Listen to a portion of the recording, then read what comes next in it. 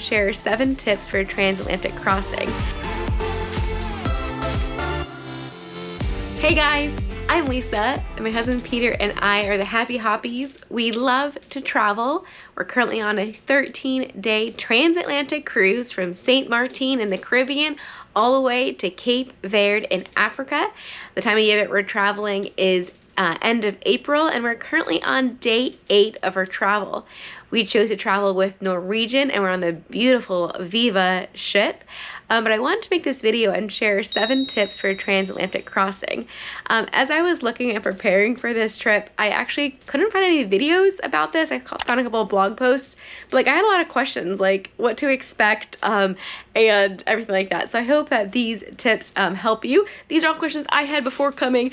So what to wear? Like I wasn't sure what to wear. Like I thought it might be like super cold when we are, you know, in the Atlantic, and because of the path that we are traveling, because it's not a super northern path, it's actually quite warm.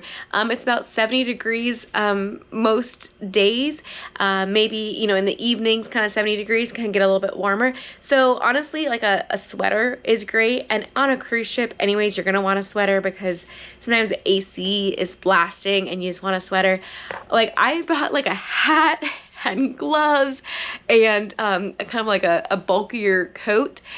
Now, granted, we are going to be spending a couple of days in Portugal, and on some of the higher regions, it might be in like the 60s, and so maybe in the more early mornings, it might be 50s, so maybe I will want a hat or cold. Obviously, I'm talking in Fahrenheit here. Sorry to convert it if you need to for Celsius, but yeah, the weather is honestly great. So if you're traveling this route, all you really would need, if you're not going to spend any time in like cooler weather, is a light sweater. Maybe, you know, some sneakers or something if you want socks and sneakers. But yeah, it's not anything like, I don't know, for some reason I pictured like hat and gloves. No, I have been talking to some people that have, they've done many transatlantics, and they have gone from Europe to America in like then November. That's when the cruise ships usually reposition to get ready for the winters in the Caribbean. And they said that one can be a little cooler, like 60s is what they had said. So again, it kind of depends on like if you're taking more northern route or more like southern. So yeah, it's not as bad as I thought. Second, when you travel, should you go from Americas to the Europe side? That's the, you know, path that we are taking. Or should you go from Europe to the Americas? And again, that would probably be somewhere in November that you would take that trip, or maybe October. I would recommend, now what I know now, if you can do the October-November one and go from Europe to America. And here's the reason why. As we are traveling from where we started in St. Martin to where we're going to end up in Portugal, it's a 5-hour time difference. And so what they've been doing is every 2 days, we drop an hour, which is nice. So you're not just like doing it all one jump. But it has been really hard to like just wake up. So this morning, it was our 3rd time change this morning. I forced myself to get up at 7:30, but like that's 4:30 back home, and that was only there 8 days ago. And so like it's been hard to wake up, and I want to stay up to like, you know, midnight, 1 o'clock, but I need to get to sleep so I can actually stay on schedule, especially because some of our port days coming up, like 8 o'clock is when one of them starts, and 6 a.m. is when another one starts. So I want to make sure that we can max out our time in those ports, and I want to, you know, be alert. So if you can swing it, I would recommend instead doing the Europe to America. And the reason being is because then instead of losing an hour, you are gaining an hour. And people that have gone that way have said it's so nice because you're able to just feel like you have longer days. And you do. You get 5 more hours of your cruise than if you are going the other way. We're losing 5 hours.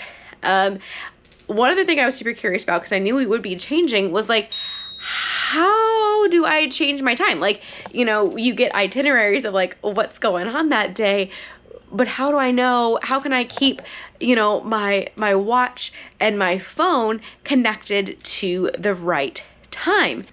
So they were really helpful the first day in telling us like how to do that, but it was just over the loudspeaker, and so if you didn't catch it, you may have missed it.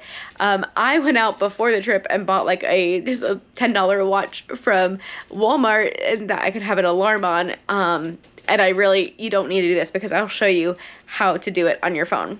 All right, so you're gonna go to settings, and then you're gonna go to general, and then you're gonna go to date and time, and then here you can actually set a location. Like the very first day he said, oh, it's the same time zone as Brazil in Rio de Janeiro, so that's why he changed it to. But you can just set it automatically, so you can just say, hey, I'm going to, instead of making it 10:28 down here, you can just be like, oh no, now we are 11:28, and I could set it like that. So that's how you change it easily, and it sets on the phone. That brings me to my fourth thing when talking about the phones, like how can you stay connected when you are at sea? So Peter and I, we kind of wanted to be disconnected from this trip, and so we did not purchase the Wi-Fi package on board. You couldn't purchase like just a single day. You had to purchase it for the entirety of the trip, and with a 13-day cruise, I think it was around like $400 or something to add the Wi-Fi package, and we wanted to be disconnected, so we didn't want to do that. We did purchase a Google Fi for when we're in port days. We both have unlocked phones, and so we can just, get a different digital SIM card that works on our phone. And so we did that, so that way in the ports we can have directions and things like that. And for the 13 days, or for the month, I think is what we had to buy it for, it was $100 for both of our phones. But that doesn't work when you're at sea. So we've run into some people, and they have like AT&T, and they were able to purchase AT&T at sea, and that was an additional $100, but that's way better than the $400 for like the Wi-Fi package. They said it's very limited, it's pretty slow, but they can still get texts. If they were to go on Facebook or something like that, none of the pictures load. So it's still very limited, but there are ways to stay connected. So you can check with your phone carrier to see if there's a way. We just didn't really look into it too much because we were kind of excited to be disconnected. But what's crazy is in the middle of the sea, you can be still connected. I'm guessing it uses satellite or something like that. I don't know how it all works, but isn't that incredible? So if you want to, you can still stay connected. Now, like I said, we are on day 8 of our cruise, but this is our 5th sea day in a row. And one thing I was kind of curious about was it'd be kind of nice to know where we are in our cruise journey. So I'm going to show you, we're on NCL, Norwegian. So I'm going to show you how, and for Norwegian, you can find out where you are. I'm sure other ships have it differently, but in each room there is a TV. So I'm just going to show you right here. And then you go to the TV section, and then you just hit number 1, navigation, and then boom. It shows you where you are. The nice thing about this is you can see we're pretty close to Cape Verde, and in Porto Grande is where we're landing. And it tells how many distance we were. So Tenerife, that's in Spain. That's our next port after Cape Verde. It tells you the sunrise time, so you can know. It tells you how fast we're going. We're currently going 16 knots. Yesterday we were actually only going 14. And it tells you when sunset is. That's nice to know. If you're curious on your position, where you are, it tells you how much the sea depth is where we currently are. Wow, that's pretty deep. That's crazy. It tells you how much wind there is. I've seen this as high as I think 44 yesterday. It tells you what the present air temp is, 23 degrees Celsius. So 73 degrees outside, and it's currently 10:30, so it might get a little warmer today, but yeah, it's been around the 70s, which has been great. And so it's nice to see, where we are and how close it is to our destination. We were booking it as much as 18 knots the first couple of days, and I feel like we just had such calm water that we really were ahead of schedule. So yesterday the captain slowed down to 14 knots, and now it looks like we're back up to 16. I think honestly the wind is pushing us so much that you have to keep up a good speed so you don't get completely blown off course. But the crazy thing is yes, it's been windy, and today is probably honestly the roughest the seas have been, and it's not even that crazy. Tip number 6, will you need something for seasickness? Well, the waters that we've had have been relatively calm, like really calm. In fact, today is probably like the largest waves, and we're still, you know, smooth sailing, and I'm not motion sick at all. But if you were, you could always, you know, if you're prone to that, you could bring Dramamine, some sea patches, some essential oils, things like that. But yeah, like I said, our trip has been really calm. Like, I'm surprised how calm it has been crossing the Atlantic. I did run into a couple on the elevator who are from Germany, but they have kids in the States. They're retired, and they like to use cruising to get back and forth from seeing their kids and grandkids. And so they said that this has been one of the best sea crossings and most calm. So I'm not giving that good advice, I guess, because when I crossed, it was really, you know, calm. They said that when you cross on the more northern side, like one time they went from like the UK and went, I guess, like to New York or something, and they said that was a little bit rougher. So again, if you are closer to more of the equator, the closer to the equator, the calmer the seas are going to be. So that, you know, think about that as you're thinking about the path that you're going to take. But yeah, it's been fantastic. Honestly, hardly can feel it moving. Sometimes you're walking, you're like, okay, getting my sea legs. It was fun when I was doing the HIIT class, the high intensity workout class in the fitness area. That was a little bit tricky to keep our balance. Like, you're on, like, balancing on one foot, and it was a little bit harder. But it wasn't really that bad at all.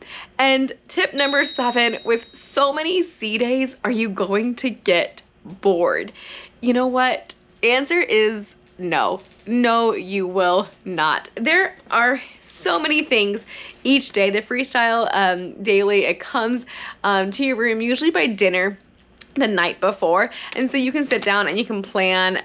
There's things, if you like trivia, games, shows, other entertainment, just watching people. There are people doing puzzles, and there's honestly just so much to do on the ship. And you can obviously bring some of your own things, and there's so many things that you can bring, you know, like audiobooks or books, things like that, so you're never bored. On day 3 of our sea days, so 3 of our 5th sea days crossing the Atlantic, I was like, oh my goodness, like, I can't believe we're already at day 3. Like, I don't want this to end. But today I'm kind of like, okay, I'm ready to see land tomorrow. And I talked to another couple, and they're like, yeah, like, the sea days, they went really fast, but I'm ready to see land at this point. So very thankful, like, how crazy it is that you can get across the Atlantic in a cruise ship in 5 days. You think about, you know, before there were this type of ship, how long it would take to get across, months and months. Like, that's a little crazy. But for 5 days, being able to get across, it's a wonderful way to travel, to get to Europe. We are excited to explore Portugal. We've been talking to people who are gonna go hike the El Camino. We've talked to people who are taking you know, time to see some friends or family, some people going to, you know, Spain, or some people taking like a 20 days after and exploring Europe. So there's really so much when you have a transatlantic cruise. You're gonna have more time than probably just the cruise itself, because you want some days to explore as you get to the other side of the Atlantic, be able to explore a little bit. So thank you so much for watching. Definitely subscribe if you are not already. I hope those tips were helpful. If you've traveled the Atlantic and you have other tips you want to add, please leave it below in the comments to help others out. And we'll see you in the next video. Bye, guys.